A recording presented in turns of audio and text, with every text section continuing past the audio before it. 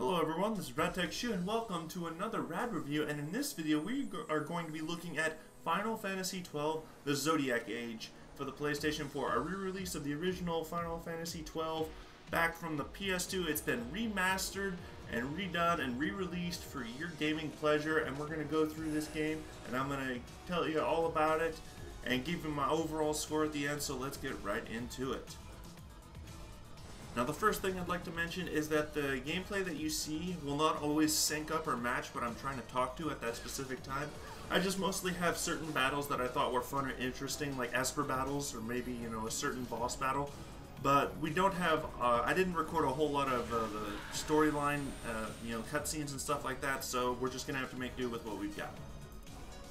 So the storyline pretty much starts off, you're playing as Vaughn, and he's the younger brother of a boy named Rex who was killed in a war between the two kingdoms of Dalmasca and Arcadia. After the war, Arcadia is pretty much trying to politically take over and pretty much try and take over the world, the whole entire world of Ivalice, and it's up to you, Vaughn, and your gang of friends, all 6 of you, to stop the plans of the Arcadian Empire. So the 6 members of your party are Vaughn, Penelo, Vaughn's best friend, Captain Bosch, a captain of the former king of Dalmasca who was framed for crimes he never committed, Princess Ashe, the daughter of the former king of Dalmasca, and Balthier and Fran, 2 sky pirates looking for treasure and adventure. These are the 6 members of your party, and they will be with you throughout the entirety of the game once you acquire them. So with the 6 of you all partnered up, you're going to go from location to location, place to place, area to area, fighting enemies, getting stronger, leveling up, going to new dungeons, in a quest for these new powers for Princess Ashe. She needs more power in order to fight against the Arcadian Empire, and she's willing to obtain that power even at the cost of her own morals, because she knows she has a responsibility and loyalty to her kingdom, the kingdom of Dalmasca. So she knows that she's going to have to acquire power, and this has some internal conflict with her and her principles. Obviously, you see that throughout the storyline. However, eventually, some plot points, there's some plot twists here and there, but overall, it's not too complex or difficult of a story. It's pretty simple. Unfortunately, the characters just don't really seem to get that much in terms of development. Basically when you first meet them, that's really all there is to them, with the exception of Vaughn. He initially wanted to become a sky pirate, but eventually he just kind of gives up on that, and there's no real motivation for him to be a sky pirate, nor a real cause for him to just stop wanting to be one. So the story is pretty straightforward, however the characters are a little dry, and they're not really developed all that much. But anyway, now that we're done with the basic gist of the story, let's move on to the combat and how the flow of combat feels in Final Fantasy XII Zodiac Age. Now, moving on to the combat system. The combat system is actually really deep and innovative. You have these job systems. You have 12 job systems, and you have 6 characters. Each character can learn, can learn up to 2 job systems, or you can have just. And they can all be the same one. You can literally have all 6 characters learn the same jobs and the same abilities if you want.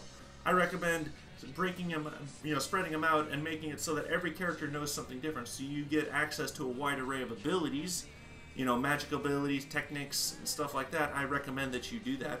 But there's a lot of depth to it, and you can accidentally set characters up with abilities that you later on in the game could backfire. For instance, Vaughn and Ashe had good classes and good access to good abilities, and they had strong health at the end of the game. But my white mage Penelo, she did not have high levels of health. By the end of the game, other characters had 8,000 health, 9,000 health. Penelo had only 5,000 health.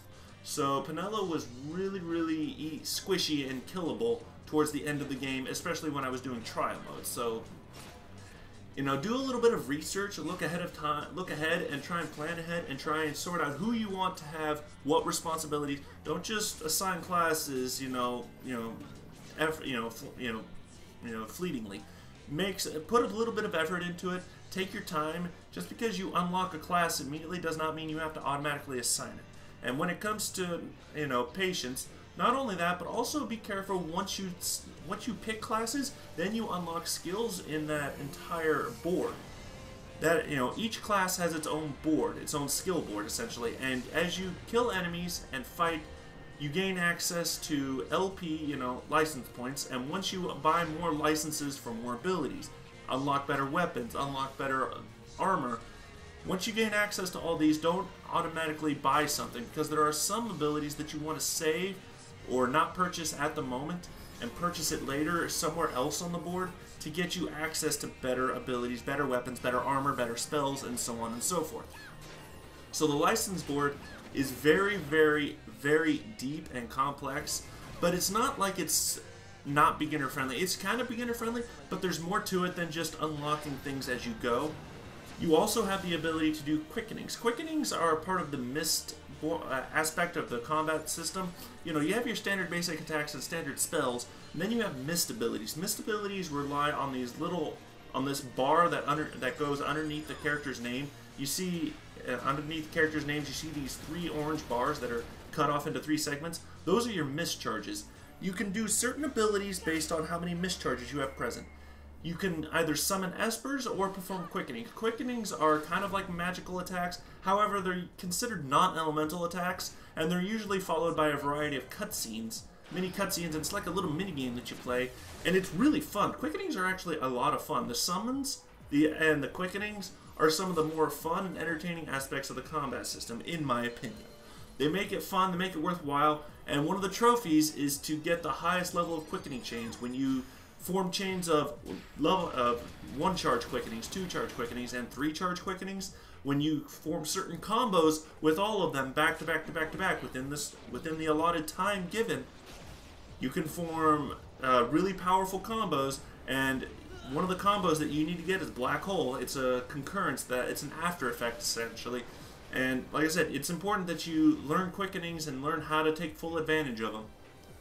But the combat system has a lot to it, and I mean a lot. It's a little complex, but it's not, you know, I wouldn't say it's not beginner friendly. I'd say it is somewhat beginner friendly, but there's more to it. You just have to pay attention. You have to pay attention to who you're assigning what license board, and then on the board itself, what abilities you want to unlock at that time. Because there are certain slots that unlock quickenings, but once you unlock a quickening slot, other quickening slots might not be accessible to you. Each character can only have 3 quickenings. And depending upon where you are on the board, if you buy a quickening slot over here, like on the top left, there could be a slot on the top right that would be a quickening. But if you don't buy it, that slot becomes no longer available to you, and anything on that board after that quickening slot is sealed off. I accidentally sealed off the Yagyu Darkblade, one of the strongest ninja swords in the game. I think, if not the strongest ninja sword. The Yagyu Darkblade and the Mesa, I cannot get. I cannot, even if I find them in the world, if I obtain them, I can't equip them on any character, because I don't have the license for it. Because Vaughn is my Shikari character, he's got the Shikari license, but because I was impulsive in buying quickenings for Vaughn, I screwed myself over, and now I can't equip the Yagyu Darkblade or the Mesa because I don't have the ability to purchase that license. So it's important that you pace yourself when it comes to the combat system. There's a lot to it, but it's not beginner friendly. It just requires patience and a little bit of research. Alright, now when it comes to the scenery and the graphics and the gameplay, you know, the visual and audio aspects of the game, it's a PS2 remastered. Yes, the graphics do not stand up at all to PS4 quality. What we've come to expect for the PS4, this pales in comparison, even though it's remastered, even though it's clearly a step up from the PS2. It's like bottom tier PS3. Let's be honest, I'm not going to mince words. Graphic-wise, it just doesn't compare to any of the current PS4 games. It really doesn't. Now, audio-wise, they've revamped the audio a little bit so that it's a better quality. But still, I mean, you can still hear some PS2 quality, you know, noises and stuff like that. So audio and visual wise, this game is not impressive because it's a remaster. It's not a remake, it's a remaster. They can only do so much with this game while keeping it in its original form. They can only update the graphics and the audio so much.